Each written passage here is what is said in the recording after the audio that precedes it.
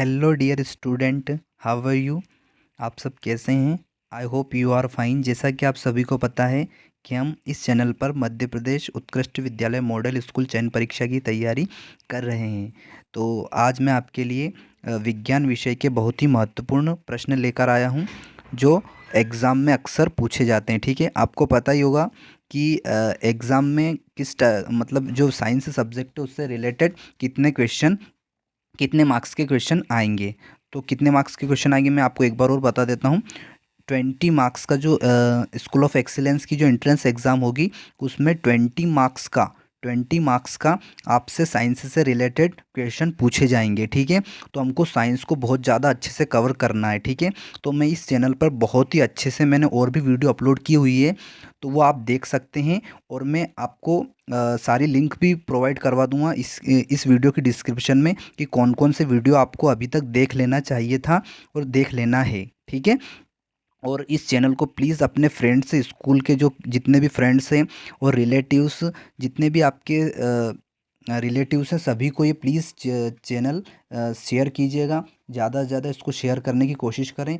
और इसको सब, यदि आपने सब्सक्राइब नहीं किया तो सब्सक्राइब करें। और लाइक बटन, यदि आपको अच्छा लगे तो प्लीज़ लाइक बटन को भी दबा दीजिएगा, ताकि मैं इससे और मोटिवेट होता हूँ और अच्छे वीडियो मैं आपके लिए बना सकूँ। ठीक है, इतना आपको काम करना पड़ेगा, क्योंकि देखो मेहनत मैं भी कर रहा हूँ, तो प्लीज़ आप मेहनत आपको भी करना है। इसको सब्सक्राइब करना ना मत भूलना।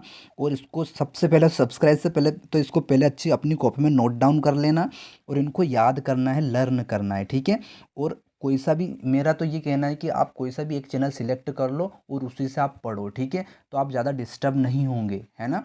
यदि आप बार बार दूसरा चैनल खोजोगे कि उस पर अच्छा पढ़ा रहे हैं, उस पर अच्छा पढ़ा रहे हैं, उस पर, तो आपका माइंड भी इससे डिस्टर्ब होगा और आप एक कंटिन्यू एक एक सब्जेक्ट पे फोकस नहीं कर पाओगे। ठीक है, तो यदि आपको अच्छे से पढ़ना है और एग्ज़ाम को अटेम्प्ट करना है और सिलेक्शन करवाना है, तो प्लीज़ एक चैनल से पढ़ो। किसी भी एक चैनल को सिलेक्ट करो जो आपको अच्छा कंटेंट दे रहा है, जो आपको अच्छा मटेरियल दे रहा है, जो सभी सब्जेक्ट पढ़ा रहा है, क्योंकि सभी सब्जेक्ट पढ़कर ही आप अच्छे मार्क्स ला सकते हो। एक सब्जेक्ट को पढ़कर आप अच्छे मार्क्स नहीं ला सकते। ठीक है, तो प्लीज़ आप वही करें, एक ही चैनल को चुनें और उसको अच्छे से लर्न कीजिएगा। ठीक है ना। और आप इसको प्लीज़ अपने स्कूल फ्रेंड्स जितने भी, उनको प्लीज़ शेयर कीजिएगा। और इसको सब्सक्राइब नहीं किया तो कर लीजिएगा, और सब्सक्राइब आप ठीक है, तो और लाइक बटन को भी दबा दीजिएगा। तो देखो पहला क्वेश्चन हमारा बहुत अच्छा है, और इस आज मैं क्वेश्चन आपके लिए बहुत अच्छे लेकर आया हूँ जो एग्ज़ाम में पूछे जाते हैं। ठीक है, आपको स्क्रीन पर दिख रहा होगा, पहला क्वेश्चन है हमारा काला सोना। क्या? काला सोना किसे कहा जाता है? काला सोना किसे कहा जाता है? तो काला सोना किसे कहा जाता है? किसे कहा जाता है? पेट्रोलियम को कहा जाता है। किसको कहा जाता है? पेट्रोलियम को कहा जाता है। ठीक है, घर ये लिखा है यहाँ पर, घरेलू ईंधन के रूप में उपयोग किया जाता है। तो घरेलू ईंधन के रूप में क्या उपयोग किया जाता है? इसका हमारा राइट आंसर होगा एलपीजी। क्या आएगा? एलपीजी घरेलू ईंधन के रूप में प्रयोग किया जाता है। तो एलपीजी का मुख्य जो गैस है वो कौन सी है? तो एलपीजी के लिए मुख्य जो गैस है, बहुत ही मुख्य गैस, मतलब मेन जो है वो है ब्यूटेन। ठीक है, क्या है? ब्यूटेन। ठीक है, तो आपसे ऐसे पूछ सकते हैं, ऐसा क्वेश्चन आया है एग्जाम में, एंट्रेंस एग्जाम में, क्या कि एलपीजी का मुख्य गैस कौन सी है? मुख्य गैस कौन सी है? मेन जो सोर्स है, मुख्य गैस कौन सी है? तो वो है ब्यूटेन। ठीक है, कौन है? ब्यूटेन, याद रखना है। ठीक है, नेक्स्ट क्वेश्चन हमारे पास है जीवाश्म ईंधन का जलना। तो जीवाश्म ईंधन का जलना क्या है? तो जीवाश्म ईंधन जलने से क्या होगा? इससे क्या होगा? वायु प्रदूषण होगा, जल प्रदूषण होगा, रासायनिक प्रदूषण होगा, या इनमें से कोई नहीं। तो क्या होगा? आप सभी को पता है, जीवाश्म ईंधन यदि जलता है तो वो क्या होता है? उससे वायु प्रदूषण होता है। ठीक है, क्या होता है? वायु प्रदूषण होता है। ठीक है ना। जैसे किसी भी जानवर को आप यदि जलाते हो, किसी भी चीज़ को, किसी भी जीव को यदि जलाते हो, तो उससे क्या होता है? बहुत ज़्यादा वायु प्रदूषण होता है। ठीक है, नेक्स्ट क्वेश्चन है हमारे पास, बहुत ही अच्छा क्वेश्चन है। क्या है? वायु वाहनों के लिए सबसे कम प्रदूषक ईंधन कौन सा है? तो वाहनों के लिए सबसे कम प्रदूषक जो ईंधन है वो है संपीड़ित प्राकृतिक गैस। इसका फुल फॉर्म क्या होता है ये भी आप याद रखना। क्या होता है? Compressed natural gas. सी का मतलब होता है कंप्रेस्ड, एन का मतलब होता है नेचुरल, जी का मतलब होता है गैस। कंप्रेस्ड नेचुरल गैस, ये इसका मीनिंग होता है। ठीक है, तो ये क्वेश्चन बहुत ही अच्छा है जो एग्जाम में पूछा जाता है, ठीक है। और वाहनों के लिए सबसे अधिक उपयुक्त गैस कौन सी है? तो वाहनों में सबसे अधिक उपयुक्त गैस कौन सी है? यही इसका भी आंसर क्या आएगा? संपीड़ित प्राकृतिक गैस सीएनजी, ठीक है। चलो नेक्स्ट देखो। देखो नेक्स्ट क्वेश्चन है हमारे पास, कोयला बनाने में कितना समय लगता है? जो कोयला बनता है, कोल जो बनता है, उसमें कितना समय लगता है ना? कितना समय लगता है? कितना समय लगता है? लाखों वर्ष। कितने लगते हैं? लाखों वर्ष लगते हैं कोयला को बनने में, ठीक है। गहरे रंग का अप्रिय गंध वाला पदार्थ, अप्रिय गंध वाला पदार्थ है, कौन सा है? गहरे रंग का अप्रिय गंध वाला पदार्थ कौन सा है? पेट्रोलियम है। क्या है? पेट्रोलियम, ठीक है। क्या आएगा आंसर? पेट्रोलियम, ठीक है। नेक्स्ट क्वेश्चन हमारे पास दिया है, देखो क्या है, निम्न में से कौन सा पदार्थ जीवाश्म ईंधन है? तो सौर ऊर्जा, परमाणु ऊर्जा, जल ऊर्जा है, कोयला। जीवाश्म ईंधन मतलब जो जीवों के अवशेष से मिलकर बनते हैं, जो जीव के जो सड़ जाते हैं, बिल्कुल जो मिट्टी में मिल जाते हैं, है ना। और उनसे क्या बनता है फिर? उनसे कोयला और बहुत सारे पदार्थ जैसे खनिज लवण बनते हैं, है ना। खनिज जो पदार्थ होते हैं जो नीचे से निकाले जाते हैं ज़मीन के, वो वो सारे क्या होते हैं? जीवाश्म ईंधन से ही, जीवाश्म से ही बनते हैं, ठीक है। तो जीवाश्म ईंधन क्या है? कोयला भी है, और पेट्रोलियम को भी हम क्या बोलते हैं? जीवाश्म ईंधन कहते हैं पेट्रोलियम को भी, ठीक है। पेट्रोलियम को, डीजल को, सभी को हम जीवाश्म ईंधन बोलते हैं, ठीक है।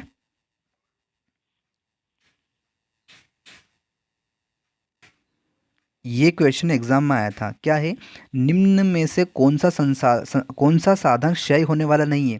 मतलब जो कभी ख़त्म नहीं होगा। कौन सा ख़त्म नहीं होगा? देखो खनिज भी एक टाइम पर ख़त्म हो जाएगा, एक समय आएगा तब ख़त्म हो जाएगा। कोयला भी एक समय आएगा तब ख़त्म हो जाएगा। पेट्रोलियम भी जो एक समय आएगा तो ख़त्म हो जाएगा। क्यों हो जाएगा ख़त्म? क्यों हो जाएगा समाप्त? वो इसलिए क्योंकि ये जीवों के अवशेषों से मिलकर बने हुए हैं। जीव जो सड़ जाते हैं और बहुत सारे लाखों वर्षों के बाद ये चीज़ें बनती हैं, कोयला, खनिज, पेट्रोलियम। लेकिन वायु तो प्राकृतिक है, ये कभी ख़त्म नहीं होगी, है ना। तो इसका आंसर आ जाएगा वायु। क्या आ जाएगा? वायु। नेक्स्ट हमसे क्वेश्चन पूछा गया है, क्या पूछा है? प्राकृतिक गैस में मुख्यतः गैस होती है, तो प्राकृतिक गैस में मुख्यतः कौन सी गैस होती है? मीथेन। कौन सी होती है? मीथेन होती है। प्राकृतिक गैस में मुख्यतः गैस होती है मीथेन, ठीक है। ये बहुत ही अच्छा क्वेश्चन पूछा गया है, ठीक है। नीचे जो अभी पूछा गया था, क्या पूछा गया था कि प्राकृतिक गैस मुख्यतः कौन सी गैस होती है, ये पूछा गया था क्वेश्चन हमसे। तो बहुत ही अच्छा क्वेश्चन है। क्या है कि प्राकृतिक गैस मुख्यतः कौन सी गैस पाई जाती है? मतलब प्रकृति में बहुत ज़्यादा जो गैस पाई जाती है वो मीथेन गैस होती है, कार्बन डाइऑक्साइड नहीं होती है, ठीक है। यदि आप ये लगाना चाहते हो तो कार्बन डाइऑक्साइड नहीं होती है, बहुत ज़्यादा जो मात्रा में होती है वो मीथेन गैस होती है, ठीक है। चलो ठीक है। नेक्स्ट आंसर इसका मीथेन, ठीक है। पेट्रोलियम का कौन सा उत्पाद सड़क निर्माण हेतु उपयोग किया जाता है? तो कौन सा उत्पाद सड़क हेतु निर्माण हेतु उपयोग किया जाता है? तो आएगा, क्या आएगा? बिटुमेन। क्या आएगा? बिटुमेन, जो सड़क निर्माण में प्रयोग किया जाता है। पेट्रोलियम का जो उत्पाद होता है उसे जो बिटुमेन है उसका नाम, वो सड़क निर्माण में उसका उपयोग किया जाता है, ठीक है। नेक्स्ट क्वेश्चन है हमारे पास, अ, वे पदार्थ वे पदार्थ जो जल का प्रदान करते हैं, वे पदार्थ जो जलने के लिए प्रदान करते हैं उसे क्या कहते हैं? जो, मतलब कहने का मतलब हम ये कह सकते हैं, वे पदार्थ जो जलने में सहायक होते हैं उन्हें क्या कहते हैं, है ना। ये क्वेश्चन इस तरह से पूछा जाएगा आपसे, वे पदार्थ जो जलने में सहायक होते हैं या जलने के लिए प्रदान करते हैं उसे क्या कहते हैं? तो उन्हें हम ईंधन कहते हैं। क्या कहते हैं? ईंधन कहते हैं ना। जो जलने में सहायक होते हैं वे सारे पदार्थ, सारी वस्तुएं क्या कहलाती हैं? ईंधन कहलाती हैं। क्या कहलाती हैं? ईंधन कहलाती हैं, ठीक है। नेक्स्ट क्वेश्चन है हमारे पास, प्राकृतिक संसाधन नहीं है, तो इनमें से प्राकृतिक संसाधन कौन सा नहीं है? प्लास्टिक नहीं है, वायु नहीं है, मृदा नहीं है, खनिज नहीं है। कौन प्राकृतिक संसाधन नहीं है? तो आप सभी को पता लग रहा होगा कि कौन सा प्राकृतिक संसाधन नहीं है ना। तो प्लीज़ आप इसको कमेंट बॉक्स में ज़रूर बताइएगा कि प्राकृतिक संसाधन इनमें से कौन सा नहीं है, जो हमको नेचर ने नहीं दिया है, नेचर ने हमको नहीं दिया है ना। वो कौन सा है आपको कमेंट बॉक्स में मुझे बताना, ठीक है। नेक्स्ट क्वेश्चन बहुत अच्छा पूछा गया है हमसे। क्या पूछा गया है? देखो क्या पूछा है, जीवाश्म ईंधन किसे कहते हैं? जीवाश्म ईंधन किसे कहते हैं? तो देखो, जो सजीव प्राणियों के मृत अवशेषों से बना हो, ये राइट आंसर होगा। जो सजीव प्राणियों के मृत अवशेषों से मिलकर बना हो, जो उनका बॉडी होती है, वो डेथ बॉडी जो होती है उनसे मिलकर बनता है लाखों हज़ारों वर्षों बाद। ठीक है, तो सजीव जो प्राणी होते हैं उनके अवशेषों से मिलकर बनते हैं। ठीक है, मृत अवशेषों से ना, जो जीवित रहते हैं और फिर उनकी डेथ हो जाती है, उसके बाद हजारों सालों के बाद जब वो ज़मीन में दब जाते हैं, तब जाके जीवाश्म ईंधन बनता है। ठीक है, ठीक है, क्या आएगा? जो सजीव प्राणियों के मृत अवशेषों से बनता है। अब नेक्स्ट है, लाल तप्त कोक पर जलवाष्प प्रवाहित करने से। ये भी बहुत अच्छा क्वेश्चन है जो एग्जाम में पूछा गया था। ठीक है, एग्जाम में जो पूछा गया था। ठीक है, क्या पूछा गया था देखो, जो लाल तप्त कोक पर जलवाष्प प्रवाहित करने से, मतलब जो लाल तप्त कोक पर जलवाष्प प्रवाहित करने पर कार्बन मोनोऑक्साइड एवं हाइड्रोजन गैस का मिश्रण प्राप्त होता है, जिसे कहते हैं, जो कार्बन मोनोऑक्साइड है, कार्बन मोनोऑक्साइड है, कार्बन मोनोऑक्साइड एवं हाइड्रोजन जो गैस होती है उसके मिश्रण को हम क्या कहते हैं? जो हाइड्रोजन होती है H2 कार्बन मोनोऑक्साइड CO, तो उसके मिश्रण को क्या कहते हैं? तो उस मिश्रण को कहते हैं जल गैस। क्या कहते हैं उस मिश्रण को? जल गैस हम कहते हैं। क्या कहते हैं? जल गैस उसको हम कहते हैं। ये याद रखना, बहुत अच्छा क्वेश्चन है ये। ठीक है, देखो, देखो नेक्स्ट क्वेश्चन, समाप्त होने वाला प्राकृतिक संसाधन। जो समाप्त समाप्त होने वाला प्राकृतिक संसाधन कौन सा है? कौन सा समाप्त नहीं होगा, है ना? रुको एक मिनट, देखो क्या क्वेश्चन है हमारा। देखो क्वेश्चन, समाप्त होने वाला प्राकृतिक संसाधन, हमको बताना है कि जो समाप्त होने वाला प्राकृतिक, तो वन समाप्त हो जाए, वन्य जीव, खनिज या उपयुक्त सभी। वन्य जीव, तो कौन समाप्त हो जाएगा, है ना? तो कौन समाप्त हो जाएगा? वन, या फिर वन्य जीव, या खनिज, या उपयुक्त सभी। तो उपयुक्त सभी ही क्या हो जाएंगे? समाप्त हो जाएंगे एक निश्चित समय के बाद, है ना? प्राकृतिक संसाधन जो है वो एक निश्चित समय के बाद, वन भी एक निश्चित समय के बाद समाप्त हो जाएंगे, वन्य जीव भी हो जाते हैं, और खनिज भी एक निश्चित समय के बाद समाप्त हो जाते हैं। ठीक है,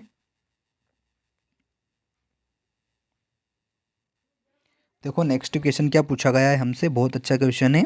क्या है? तेल में लगी आग को किस अग्निशामक द्वारा बुझाया जाता है? किसके द्वारा बुझाया जाता है? कार्बन डाइऑक्साइड के द्वारा बुझाया जाता है। क्यों बुझाया जाता है? क्योंकि देखो, कार्बन डाइऑक्साइड के इसलिए बुझाया जाता है क्योंकि कोई भी चीज़, कोई भी वस्तु जलती है तो उसमें क्या होती है? फायर होती है, उसमें आग, है ना? कोई भी चीज़ जलती है तो वो आग से जलती है, और आग किसके सहायक से जलती है? तो वो ऑक्सीजन के द्वारा जलती है। किसके द्वारा जलती है?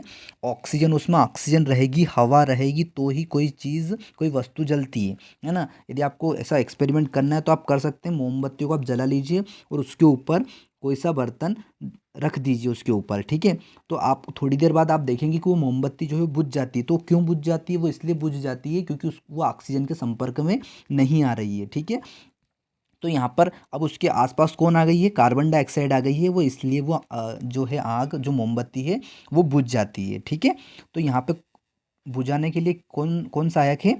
Carbon dioxide. कौन है? Carbon dioxide. ठीक है, CO2। फॉर्मूला आप याद रखना है, ठीक है, फॉर्मूला याद रखना बहुत ज़रूरी है। कार्बन डाइऑक्साइड, ऑक्सीजन का क्या है? O2। नेक्स्ट क्वेश्चन हमसे पूछा गया है, दहन के लिए आवश्यक है, मतलब जलने के लिए क्या आवश्यक है? तो अभी मैंने बताया था, जलने के लिए क्या आवश्यक है? हवा। क्या ज़रूरी है? क्या ज़रूरी है? हवा ज़रूरी है। ठीक है,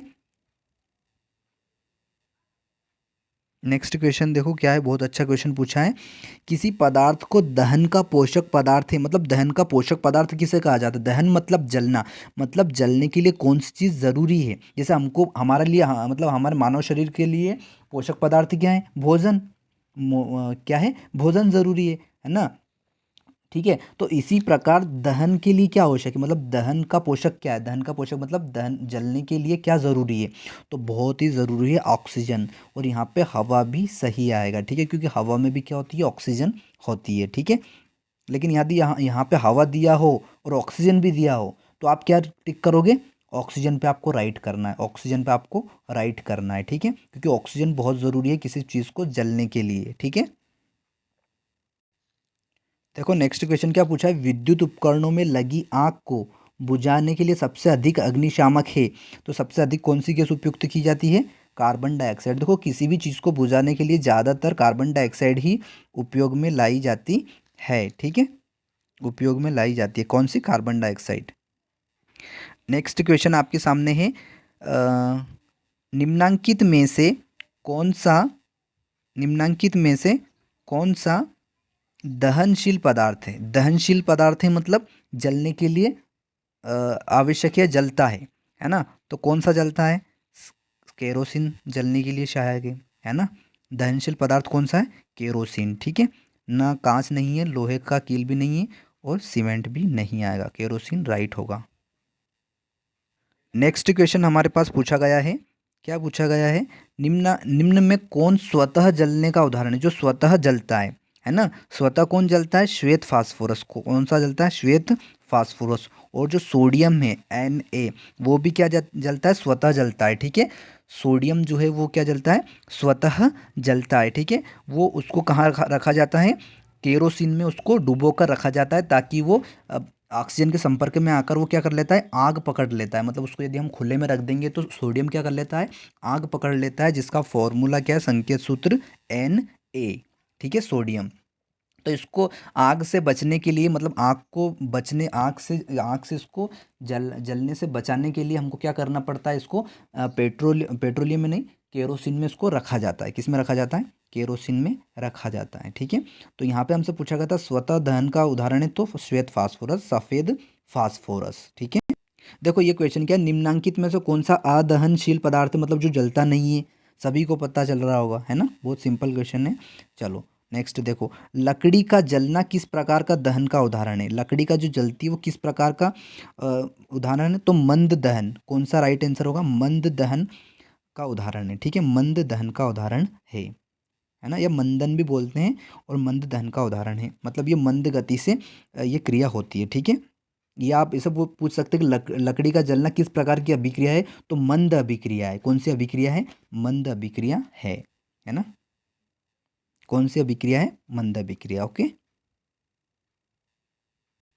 नेक्स्ट क्वेश्चन हमारे पास पूछा गया है, दहन की क्रिया के लिए कौन सी शर्त आवश्यक है, कौन सी शर्त आवश्यक है दहन के लिए, मतलब है ना, तो अदहनशील पदार्थ की उपस्थिति, या पदार्थ के ज्वलन ताप की, या फिर वायु की उपस्थिति, वायु की अनुपस्थिति, और फिर इनमें से कोई नहीं। तो कौन सी चीज़ यदि वो जलेगी तो हमको कैसा पता चलेगा कि वो जल रही है ना। इस तरह से इस क्वेश्चन को आप समझें कि कोई सी चीज़ जल रही तो आपको कैसे पता चलेगा कि वो जल रही है ना, या वो, हाँ, आपको कैसे पता चलेगा, तो आपको क्या होगा, पदार्थ के ज्वलन ताप की प्राप्ति होगी, किसकी, पदार्थ की प्राप्ति होगी, मतलब आपको आपको ऊष्मा महसूस होगी, या ऊष्मा आपको मिलेगी, ठीक है, उस चीज़ से, है ना, पदार्थ के ज्वलन ताप की हमको प्राप्ति होगी, ठीक है। तो क्या आंसर आएगा, पदार्थ के ज्वलन ताप की प्राप्ति होगी, है ना। वह ताप जिस पर कोई पदार्थ जलना शुरू करता है उसे क्या कहते हैं, उसे क्या कहते हैं ना। तो यहाँ पर देखो, यहाँ पे देखना आप, वह यहाँ पे देखना क्या आएगा राइट आंसर। देखो, वह ताप जिस पर कोई पदार्थ जलना शुरू करता है वो क्या कहलाता है। अब यहाँ पे लिखा है ज्वलनशील, तो यहाँ पे ज्वलनशील नहीं आएगा, यहाँ पे आएगा ज्वलन ताप कहलाता है, ये रॉन्ग आंसर है, ठीक है। आप बिल्कुल निश्चित रहे, मैं आपको है ना बिल्कुल सही बताऊंगा, रॉन्ग नहीं बताऊंगा, ठीक है। जैसे और यूट्यूबर क्या करते हैं, वो क्या करते हैं कि उनको सब्सक्राइबर बढ़ाने से काम है, व्यूज़ बढ़ाने से, तो फ्लो में पढ़ाते जाते हैं। मैं ऐसा नहीं करूँगा। आपको भी यदि कोई मिस्टेक लगती है ना, प्लीज़ आप मुझे कमेंट बॉक्स में ज़रूर बताइएगा। यदि मैं कुछ भी आपको गलत पढ़ा रहा हूँ, जो आपके टीचर्स हैं, जहाँ पे आप पढ़ने जाते हैं, स्कूल जाते हैं, वो आपको बता रहे हैं और मैं अलग आपको बता रहा हूँ, तो आप प्लीज़ कमेंट बॉक्स में डाल दीजिए कि सर इसका आंसर ये है ना, तो मैं उसको ज़रूर आपको बताऊँगा कि राइट है या वो रॉन्ग है, ठीक है। बिल्कुल मैं आपको इस तरह से नहीं पढ़ा रहा हूँ, है ना, बिल्कुल मैं आपको क्लियरली पढ़ाऊँगा, बिल्कुल पूरी तरह से क्लियर पढ़ाऊँगा कि क्या सही है और क्या गलत है, ठीक है। तो ये बिल्कुल राइट आंसर है, वह ताप जिस पर कोई पदार्थ जलना शुरू करता है तो इसका ज्वलन ताप ही आएगा, ठीक है। यदि और भी ये मैंने जो भी और वीडियोस डाली उनमें कोई आपको मिस्टेक्स लगती हैं तो प्लीज़ आप कमेंट बॉक्स में ज़रूर बताइएगा। और आप यदि मेरी वीडियो देखते हैं तो प्लीज़ आप कमेंट बॉक्स में ज़रूर देखें, ठीक है, क्योंकि कमेंट बॉक्स में शायद मैं उसका राइट आंसर दे दूं, ठीक है। तो आप प्लीज़ कमेंट बॉक्स में ज़रूर देखें और आप ये भी बताएं कि ये आप जो वीडियो देख रहे हैं मेरी, ये आपको कैसी लगी, ये आप कमेंट बॉक्स में ज़रूर बताइएगा, ठीक है। और इसको प्लीज़ ज़्यादा से ज़्यादा अपने फ्रेंड्स को शेयर कीजिएगा, अपने स्कूल फ्रेंड्स को इसको ज़्यादा से ज़्यादा आप शेयर कीजिएगा, ठीक है। तो इसका आंसर हो जाएगा ज्वलन ताप, ठीक है। नेक्स्ट क्वेश्चन बहुत ही अच्छा पूछा गया है। ईंधन के ऊष्मीय मान का मात्रक होता है। तो ईंधन के ऊष्मीय मान का मात्रक क्या होता है? किलो जूल प्रति किलोग्राम। किलो जूल, ये लिखा है किलो जूल प्रति किलोग्राम, ठीक है, प्रति किलोग्राम ये होता है, ठीक है ना, ये होता है, ठीक। ईंधन के ऊष्मीय मान का मात्रक क्या होता है? किलो जूल प्रति किलोग्राम, ठीक। आप इनको प्लीज़ नोट डाउन ज़रूर कीजिएगा, क्योंकि देखो मोबाइल से आप अभी पढ़ रहे हो तो ये आपको याद नहीं रहेंगे, ठीक है। मैं जहाँ तक ऐसा समझता हूँ, ठीक है ना। तो आप प्लीज़ इसको अपनी नोटबुक में नोट डाउन कीजिएगा, ताकि ये आपकी आपके लिए लाइफ टाइम रहे, ठीक है। आपको ऐसा ही नहीं कि आपको यही एग्ज़ाम देना है, ठीक है, क्योंकि इसके आगे आपको बहुत सारी एग्ज़ाम देना है अभी तो, है ना। नाइन्थ में आप आओगे, नाइन्थ में बहुत सारे आप एग्ज़ाम दोगे, अपने एनुअल एग्ज़ाम दोगे नाइन्थ की, तो उसमें भी इस तरह के क्वेश्चन पूछे जाते हैं। तो आपके लिए, और आप कॉम्पिटिटिव एग्ज़ाम कभी दोगे टेंथ के बाद, ठीक है, तो वहाँ पर भी ये यूज़फुल हैं, ठीक है। तो आपके ऐसा नहीं कि आपका नुकसान है, आपका बहुत ही फ़ायदा है यदि आप इनको अच्छे से आप रखते हो, ठीक है। यदि आप देखो, आपकी देखना, आप कभी भी आपकी कॉपी में जो नोट डाउन है ना वही आपको याद रहता है, देखना।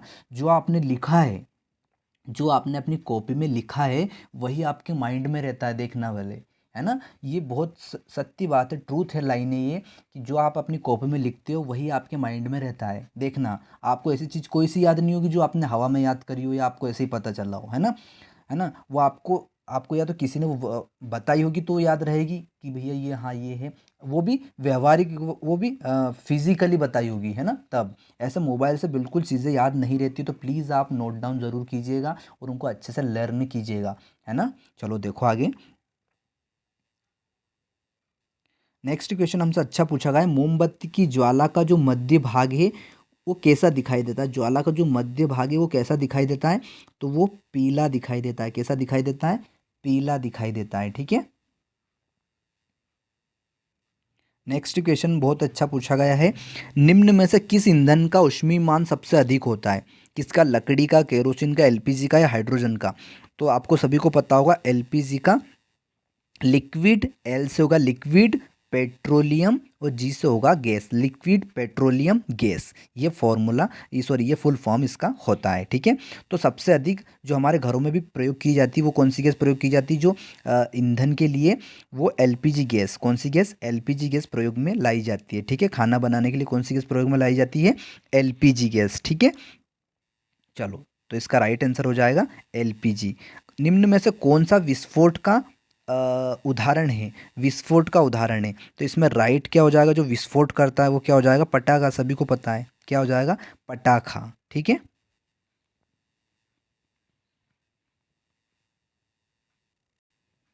अब इसमें यह पूछा गया है कि निम्न में से कौन सा ज्वलनशील पदार्थ है? तो ज्वलनशील पदार्थ अभी यहाँ पे पूछा गया है, तो यहाँ पे हम बताएंगे पेट्रोल, ठीक है। लेकिन यदि यहाँ पे पेट्रोल नहीं आता तो उसके बाद आता है आंसर कोयला, ठीक है, क्योंकि कोयला भी जलने में सहायक होता है, जलता है वो, ऐसा नहीं है, पर वो किसी के संपर्क में आता है तब जलता है, या तो वो पेट्रोल से जलता है, ठीक है, वो भी पेट्रोल से ही जलेगा, लेकिन जलेगा ज़रूर। लकड़ी भी जलती है, ठीक है। लेकिन यहाँ पे अभी हमसे क्या पूछेगा? ज्वलनशील कौन सा पदार्थ है? तो पेट्रोल ही है जो सारी चीज़ों को जलाता है, ठीक है। तो अभी क्या आएगा? आंसर पेट्रोल ही आएगा, ठीक है। लकड़ी भी आ सकता है, लेकिन वो तो कंडीशन वो कि हमारे पास ऑप्शन क्या रहेंगे तब, है ना। ये दोनों चीज़ भी ज्वलनशील है, ऐसा नहीं कि ये ज्वलनशील नहीं है, ज्वलनशील ये भी है, ठीक है, जो जलती हैं, है ना। लेकिन अभी क्या आएगा? पेट्रोल आएगा, क्योंकि ये सारी चीज़ों को जलाता है, ठीक है। देखो ये कितना अच्छा क्वेश्चन पूछा होगा। ज्वाला में कितने क्षेत्र होते हैं? तो ज्वाला में कितने क्षेत्र होते हैं? 3 क्षेत्र होते हैं। कितने होते हैं? 3 क्षेत्र होते हैं। बहुत अच्छा क्वेश्चन है, पूछा जा सकता है। ज्वाला में कितने क्षेत्र होते हैं? 3 क्षेत्र होते हैं। देखो बहुत ही अच्छा क्वेश्चन कर रहे हैं हम। देखो मैं जितने भी आपको साइंस के क्वेश्चन करवा रहा हूँ, इसमें से बहुत ही कम से कम 20 मार्क्स का आएगा। कितने मार्क्स का आएगा? 20 मार्क्स का। तो इसमें से आपके 15 मार्क्स ज़रूर कवर करवा दूंगा मैं। कितने मार्क्स? 15 की मैं गारंटी लेता हूँ बिल्कुल, यदि आप इनको अच्छे से लर्न कर लेते हो। और भी मैंने वीडियो डाली हुई है साइंस की, तो आप वो देखना प्लीज़। आपके 20 मार्क्स बिल्कुल क्लियर हो जाएं, क्योंकि बहुत ही अच्छे अच्छे क्वेश्चन है और एग्जाम में ये इस टाइप के क्वेश्चन आते हैं। मैं जहाँ बोलता हूँ ना कि ये क्वेश्चन आया है, 100% वो क्वेश्चन आता है, ठीक है। आया है, कहने का मेरा मीनिंग ये है, वो आया है ना। देखो, वनों को समाप्त करने को क्या कहते हैं? वनों को समाप्त करने को क्या कहते हैं? कितना अच्छा क्वेश्चन है। वनोन्मूलन, वनो उन्मूलन क्या कहते हैं? वनो उन्मूलन कहते हैं, ठीक है। जंतु जिनकी संख्या एक निर्धारित क्या लिखा है? जंतु जिनकी संख्या एक निर्धारित स्तर से कम होती है, कम होती जा रही है तथा वे विलुप्त होते जा रहे हैं, उनको क्या कहते हैं? क्या कहते हैं उनको? तो उनको कहते हैं संकटापन्न जंतु। क्या कहते हैं? संकटापन्न जंतु उनको हम कहते हैं, ठीक है।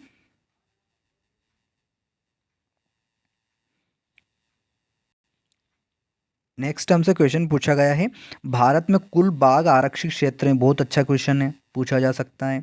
भारत में कुल बाघ संरक्षित क्षेत्र की संख्या कितनी है? तो 19 है। कितने? 19 संरक्षित क्षेत्र हैं, ठीक है। वनोन्मूलन का कारण क्या है? तो वनों का उन्मूलन मतलब वन जो काटे जा रहे हैं, उसका कारण क्या है? उसका कारण क्या? भवन का निर्माण, कागज उद्योग, सड़क निर्माण, या इनमें से सभी? तो इनमें से सभी के कारण ही वनोन्मूलन हो रहा है, मतलब वनों को काटा जा रहा है। किसके कारण? इन सभी के कारण, भवन के कारण भी, कागज उद्योग के कारण भी, सड़क निर्माण के कारण भी वनों को काटा जा रहा है, ठीक है। देखो, नेक्स्ट क्वेश्चन बहुत अच्छा पूछा गया है। प्राकृतिक आवास का वन्य प्राणी संरक्षण किया जाता है, तो जैवमंडल संरक्षित क्षेत्र के द्वारा, जैवमंडल संरक्षित क्षेत्र के द्वारा वन्य प्राणी संरक्षण किया जाता है ना। किसके द्वारा? जैवमंडल, ये याद रखना, वन्य प्राणी संरक्षण, ठीक है। वन्य प्राणी संरक्षण में जो है प्राकृतिक आवास किसके द्वारा किया जाता है?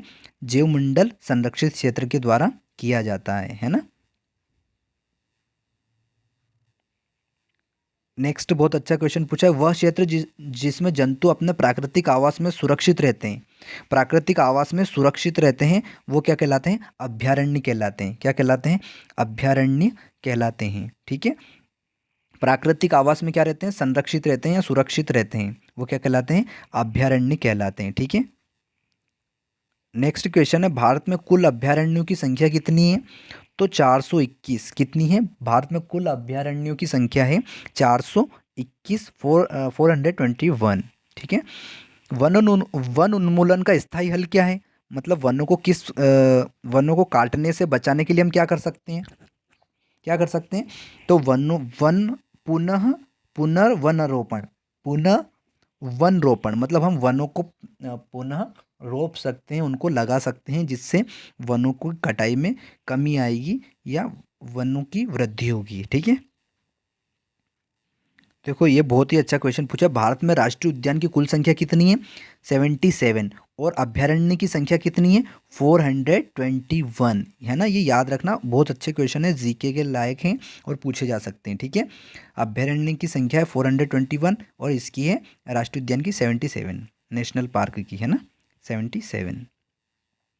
वनोन्मूलन का प्राकृतिक कारण क्या है? मतलब ये प्रकृति द्वारा नष्ट हुए हैं जो वन, है ना। इसका कारण क्या है? दावानल या भीषण सूखा, घर कारखानों का कारण है, या दावानलों भीषण संख्या। तो यहाँ पे इस पर नोट करना, प्राकृतिक कारण बताना है हमको। कौन सा कारण? प्राकृतिक कारण। तो दावानल, दावानल मतलब क्या होता है? दावानल मतलब होता है आग। जो जंगल में आग लगती है ना, ऐसे भी पूछा जा सकता है, ये क्वेश्चन पूछा गया है एक बार, कि जंगल में लगने वाली आग को क्या कहा जाता है? तो जंगल में लगने वाली आग को हम क्या कहते हैं? दावानल कहते हैं। क्या कहते हैं? दावानल कहते हैं। लेकिन अभी हमारा यहाँ पे आंसर क्या आएगा? वनोन्मूलन का प्राकृतिक कारण क्या है? वह दावानल और भीषण सूखा के कारण वन नष्ट हो रहे हैं, ठीक है। इसका आंसर आएगा दावानल और भीषण सूखा। नेक्स्ट हमारे पास क्वेश्चन बहुत ही अच्छा पूछा गया, संरक्षण का क्या अर्थ होता है? जैसे हम बोलते हैं वन संरक्षण, पर्यावरण संरक्षण, है ना। तो संरक्षण का मतलब क्या होता है? संरक्षण का मतलब होता है रक्षण। क्या होता है? रक्षण। रक्षण मतलब किसी की रक्षा करना, ठीक है। नेक्स्ट देखो, भौम जल स्तर के निम्नीकरण का कारण क्या है? तो भौम जल स्तर के निम्नीकरण का कारण क्या है? वृक्षारोपण। मतलब जो भौम जल है, निम्नीकरण, क्या? निम्नीकरण। निम्नीकरण का कारण क्या है? तो यहाँ पे निम्नीकरण का मतलब आप ये समझ लो, भूमजल स्तर में कमी। भौम जल जो भूमि का जो जल है, जहाँ जो हम भूमि से जो जल प्राप्त करते हैं नीचे से ट्यूबवेल के द्वारा, तो उसमें गिरावट क्यों आ रही है, किसके कारण आ रही है? तो वनोन्मूलन के कारण आ रही है। वनोन्मूलन मतलब वनों के कटने के कारण, वनों के नष्ट होने के कारण भूम जल स्तर में निम्नीकरण आ रही है, कमी आ रही है। देखो नेक्स्ट क्वेश्चन तो आप ही बता दोगे, बहुत ही अच्छा है। निम्न में से वनों की कटाई का मुख्य उद्देश्य क्या है? वनों को क्यों काटा जा रहा है, इसका उद्देश्य क्या है? तो ये सारे ही हैं, इसकी कृषि भी करना है, कारखानों का निर्माण भी करना है, लकड़ी उद्योग भी है, तो उपरोक्त तो सभी आ जाएगा। देखो नेक्स्ट क्वेश्चन बहुत ही अच्छा पूछा है। विश्व ऊष्मन के लिए उत्तरदायी गैस, ये आपसे ऐसे पूछ सकते हैं, ग्रीन हाउस प्रभाव किसके कारण होता है? तो वो भी इसका आंसर क्या आएगा? कार्बन डाइऑक्साइड आएगा। पौधा घर, पौधा घर किसके कारण होता है? सॉरी, पौधा घर जो है, पौधा घर में मुख्यतः कौन सी गैस होती है? तो कार्बन डाइऑक्साइड। ग्रीन हाउस प्रभाव के लिए मुख्यतः गैस कौन सी होती है?